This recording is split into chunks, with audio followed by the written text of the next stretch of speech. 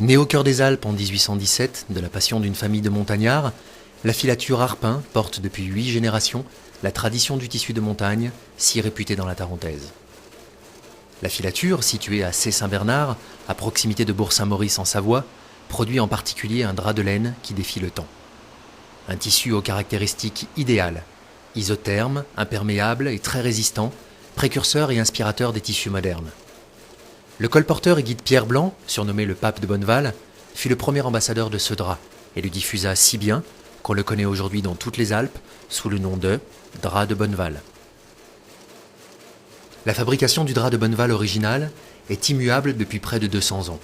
Elle est constituée de 24 étapes précises, réalisées sur des machines aujourd'hui classées au patrimoine national.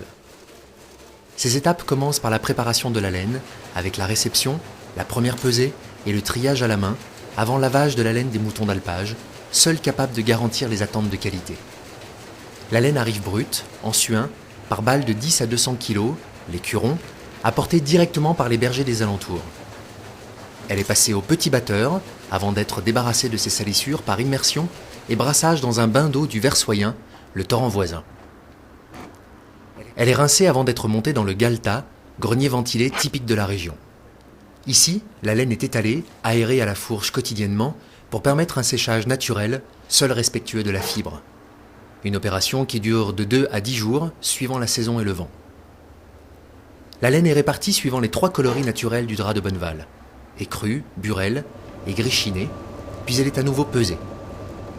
Une trappe l'amène au grand batteur, une machine qui va la débarrasser des dernières impuretés. La laine y est introduite manuellement, pour être brassée par un axe de 60 pics en métal, tournant à grande vitesse. La laine projetée est maintenant propre et aérée. La laine est aspergée d'huile végétale, nécessaire au cardage, et qui pourra être enlevée facilement. C'est l'encimage. Elle passe ensuite dans les dents du loup, des dents en métal, cuir et crin, issues d'artisans locaux, qui démêlent les paquets de laine et rendent les fibres plus homogènes et régulières.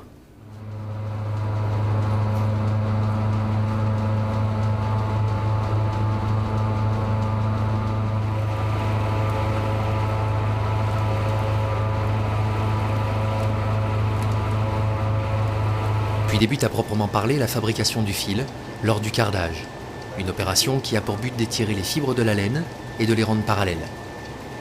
La laine est déposée dans le chargeur qui la pèse puis la libère, selon un intervalle qui définira la grosseur du fil. Elle passe par les cardes, des cylindres tapissés de pics métalliques, dents et petites griffes, dont la taille diminue avec l'avancée de la laine pour ordonner sa fibre. On parle d'un cardage grossier, moyen, puis fin.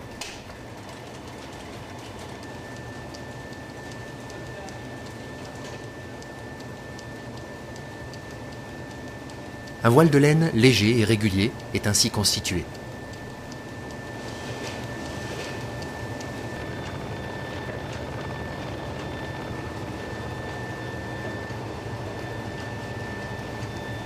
Au cœur de la machine, ce voile, une fois ramassé sur lui-même en boudin disposé perpendiculairement, est à nouveau étiré par les cardes, puis partagé en rubans réguliers de quelques centimètres de large. Les frotteurs prennent ces rubans en charge et les roulent sur eux-mêmes.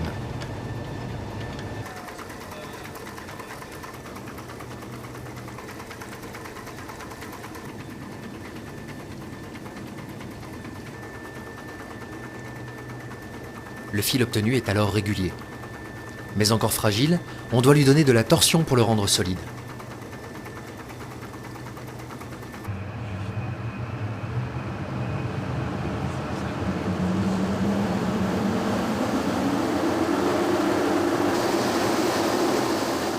Cette opération de tordage est réalisée par le continu à filet, où l'on dépose les bobines issues du cardage pour les associer, les étirer, les tordre et les enrouler sur des fusées.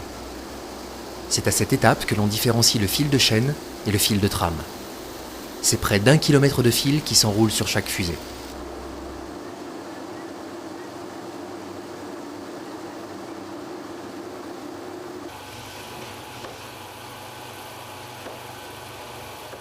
Le maître lainier transfère et raccorde le contenu des fusées sur des cônes pour constituer des bobines. C'est le bobinage.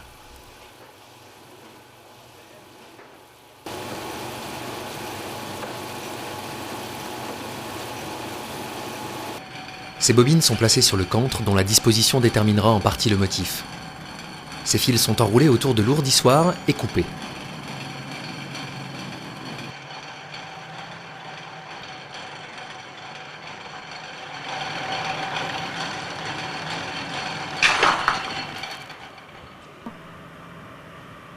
Le peigne de l'encroix, le plus vieil élément de la filature, et le cantre sont décalés pour recommencer l'opération, répétée autant de fois que nécessaire pour atteindre les largeurs totales des différents métiers à tisser. Le fil enroulé sur l'ourdissoir est ensuite dévidé vers l'ensouple par les maîtres tisserands.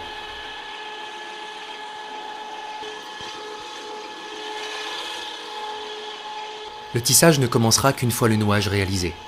Les fils de la pièce précédente sont utilisés comme guide pour les nouveaux fils déposés sur l'ensouple. Ils sont directement noués aux anciens avec un nœud spécifique résistant. C'est donc de 2 à 3 000 nœuds que les tisserands vont effectuer à la main, ce qui représente une journée de travail.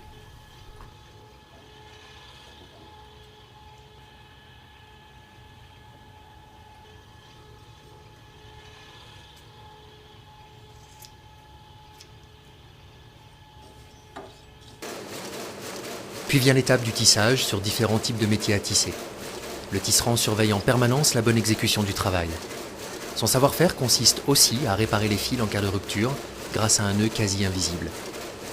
Le tissage d'une pièce est volontairement lent pour obtenir une qualité rare. Ainsi, il faut une journée entière pour réaliser une pièce de tissu de 30 mètres. Elle est ensuite lavée pour ôter le gras de l'encimage, puis essorée pour faciliter les étapes suivantes. Moment crucial de la réalisation du drap de Bonneval, le foulonnage, qui rend la pièce à la fois plus souple, plus stable, plus résistante et imperméable aux éléments. Cette pièce passe entre des cylindres en bois qui écrasent littéralement la laine. À la pression exercée s'ajoute l'échauffement provoqué par un mélange secret à base de savon noir. Le foulonnage d'une pièce prend plus de 2 heures, auxquelles s'ajoutent de nombreux préparatifs et manipulations.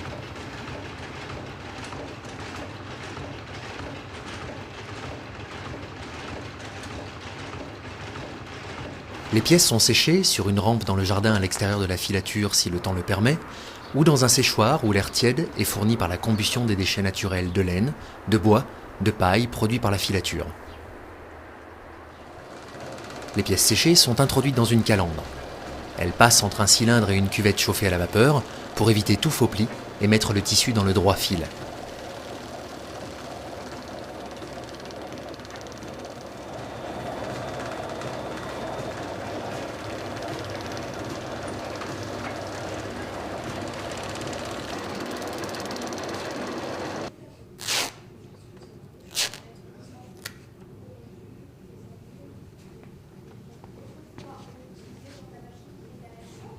Les pièces sont ensuite pliées avant d'être transformées dans l'atelier de confection de la filature.